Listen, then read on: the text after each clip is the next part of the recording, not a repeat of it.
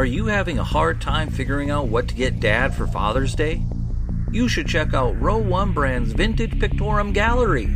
They have America's best sports art. With over 7,200 historic sports prints, you're assured to find something unique for Dad this Father's Day. Instead of a boring old tie, get him a historic baseball photo taken by Henry High Sandham at the historic Polo Grounds Stadium in New York City during the 1894 Temple Cup. Or, if he's an NFL buff, check out the 1963 vintage NFL poster. These are so good looking that you'll be amazed how they turn out. Shop now at sportshistorynetwork.com/row1 and save 15% off your order. Such a fun experience to look at sports history through the jersey numbers of the day. January 28th is no exception, because today we're going to look at number 78, Les Cunningham, Max Bentley wearing that sweater number 5, and Baltimore Raven linebacker Ray Lewis with 52. These stories and more coming up in just a moment.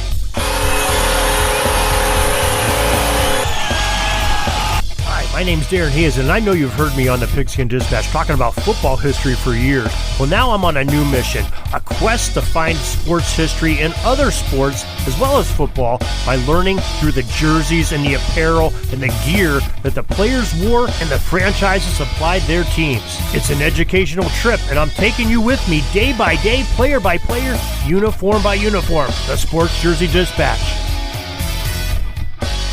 This podcast is part of the Sports History Network, your headquarters for the yesteryear of your favorite sport. You can learn more at sportshistorynetwork.com. Hello, sports friends. How are we today? You know, sports history is made every day of the year. January 28th is no exception, and we're going to try to preserve a small sampling from at least a few athletes every day based on the uniforms that they wore, taking us all down that road to learning and remembering these great athletes and how they played the games that they did. And so first, we're going to talk about January 28th, 1940. The Chicago Blackhawks forward, Les Cunningham, number 78. He scored 5 points in one period, 2 goals and 3 assists in the third period for an 8-1 victory over Montreal, becoming the first National Hockey League skater to do so. It's one of the greatest 10 minutes and 4 seconds in individual professional hockey history. The record stood all the way until 1978. 38 years that record lasted, 5 points in 10 minutes. Wow. Same day, January 28th, 1943, and speaking of the Blackhawks, one of their roster members made history exactly 3 years to the day later. Sweater number 5, Max Bentley, slapped home 4 goals and added 3 assists for a total of 7 points in a game against the New York Rangers, as Chicago streaked to a 10-1 victory on the ice of Old Chicago Stadium before a crowd of 7,500. You know, Max played center while his brother Doug Bentley was a winger on the same line and put a puck between the pipes himself in the win. You know, just some great old newspapers.com footage that we have on the website today, showing some clips from that great game with the brothers Bentley doing their thing. January 28th, 2001, speaking about superstars, the Baltimore Ravens, well, they won Super Bowl 35 as their star of the defense, middle linebacker Ray Lewis, number 52, won the game's Most Valuable Player award. The Ravens won the game by a lopsided 34-7 score over the New York Giants. The eventual 12-time Pro Bowler made 3 solo tackles, 2 assists, and blocked 4 passes in the game to help his teammates allow 152 total yards of offense by the Giants in the game. You know, just a tremendous game he had, especially, you know, you think back at that, he was under a lot of pressure for that game. He was a very young man at the time.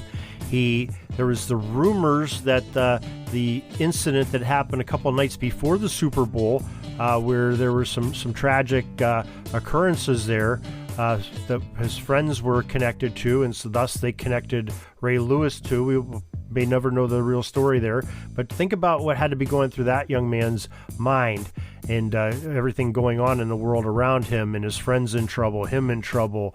The media had to be hounding him like crazy, and then he goes out there with a performance like that, and his teammates backing him up, and putting up 34 on a very tough New York Giants team, and holding the Giants offense to 7. I mean, you sit there and think about that, what they did. The Ravens really didn't have a powerful offense at that time. It was a bunch of dudes just playing offense. Their defense was the strong point. That's where they had their marquee players, and that defense did it, and so did the offense, backing up Ray Lewis, helping him win that Most Valuable Player, very deservingly. What a great middle linebacker and great player he was in the National Football League. And if you ever get a chance to hear Ray talk since he's been retired, he's been on multiple programs. He's got a lot to say and a lot of great input. He's really kind of a funny guy, a guy that's out there to have fun. You'd never guess that by the way he was tearing people's heads off, running backs and quarterbacks. But man, guy likes to have fun. And glad that he made the Most Valuable Player. Well, he wasn't on my favorite team in the world, and I hated seeing him 2 to 3 times every year as a Steelers fan.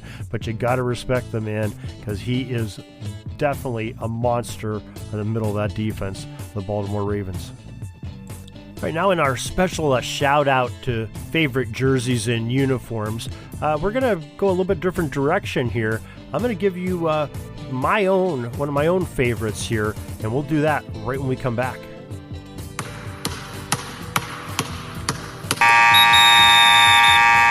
All right, I know this podcast is mostly me learning, but I have some favorites too, some jerseys, and from time to time, like today, I'm going to share with you some of my favorite jerseys and sweaters of all time.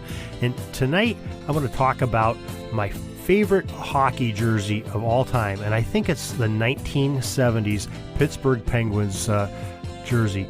It was a light blue in color. It had a circle emblem, almost like the Iron City beer emblem of Pittsburgh, for those of you around the Pittsburgh area. Just that circle right in the middle, and just said Pittsburgh Penguins are on the outer side of the ring of the circle, and had the vintage penguin with a hockey stick in his hand, skating, with a gold triangle behind him, representing those 3 rivers that Pittsburgh is built on. So the light blue jersey had this great stripe that goes from the neckline over the top of the shoulder and extended down just about down to the elbow, and right about there was the numbers in white, bold white. That stripe though down the sleeve, probably 3 or 4 inches wide. Then they had stripes going the opposite way down under the number that was on their sleeve, and then a big white stripe, probably 5 inches just over the belt line. I mean, what a sweater that was put together. The color scheme, just that light blue, white, a little bit of black on the fringes. And boy, they just had some tremendous teams back then too.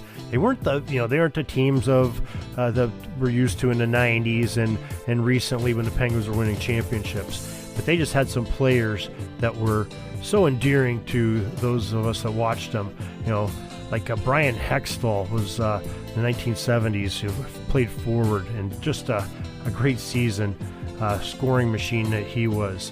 Dwayne Rupp was another fan favorite on the defense, and Dunk McCallum, and Ron Schock, and Greg Paulus, Keith McCreary. They're just these great names from the past, wearing those powder blues, and boy, were they tough and fun to watch. Probably not as fun as watching Mario Lemieux and Jaromir Jagr Penguins of the early 90s, or even, Sid the Kid and the Malkin of the later years, these past few years, and even this season. But when they still, from time to time, they'll put those throwbacks on, those light blue jerseys, but none are as good as that great 1969-1970 jersey. Take a look at the image, Google that, and for the Penguins 1969-1970 season, and you tell me if that's not one of the greatest hockey sweaters of all time. Just the color scheme and those big bold white stripes with the corresponding numbers and a little bit of black trim here and there. Just a tremendous jersey, and one that I really enjoy, and one that you should too, so take a look.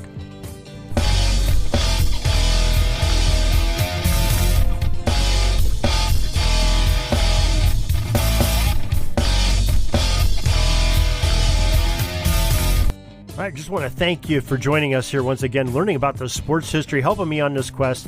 Appreciate you. If you want to talk about your favorite jersey or favorite uniform of all time in any team sport, please just get a hold of me, pigskindispatch@gmail.com, and we will try to get some spot to get you on or get your recording to share with the world about your favorite player, favorite team, favorite jersey, favorite color scheme, anything to do with that uniform that you really appreciate and you want to share the history with to help preserve it. We really want to hear from you, and we want to celebrate that with you. So please, again, email us at pigskindispatch@gmail.com, and we will make arrangements to get you on. Now, give our shout-outs and thank yous. Jason Neff for the great music he's always providing for us. We really appreciate that. Newspapers.com, onthisday.com, and then we have all the references, the baseball, football, hockey, and pro football reference pages, getting valuable information that we can share with you and put things in order. We appreciate all of them and hope that you will use them too. Check out all their sites. And also, if you have any football questions, go over to our pigskindispatch.com website. It's all about football, and we have hundreds and hundreds of great podcasts on there to fill your football brain there. And till tomorrow, everybody, enjoy that sports history.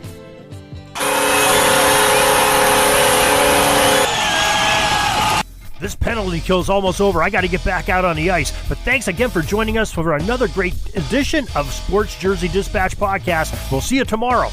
We invite you to check out our websites, jerseydispatch.com and pigskindispatch.com. Not only see the daily sports history, but to experience the preservation of great events and people that play the games. Find us on Pigskin Dispatch.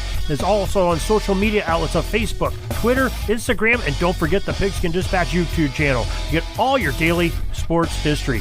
Pigskin Dispatch is happy to be associated with the Sports History Network, the sports headquarters of yesteryear, found at sportshistorynetwork.com. This podcast is part of the Sports History Network, your headquarters for the yesteryear of your favorite sport. You can learn more at sportshistorynetwork.com.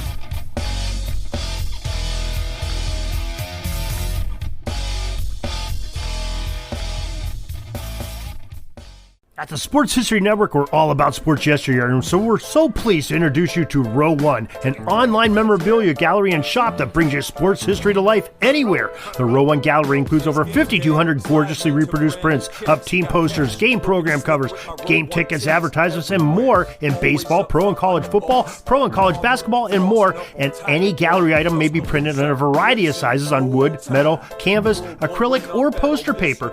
And in Row One shop, check out the thousands more of unique items with the retro and historical designs dating back to 1876, including t-shirts, long sleeve shirts, phone cases, mugs, blankets, pillows, towels, and even shower curtains. Go to sportshistorynetwork.com, ROW1, for access to the full Row One catalog and for gallery prints and gift items, plus get a 15% discount off all prints on the Row One Pictorium Gallery with coupon code SHN15. Follow the link on the show notes.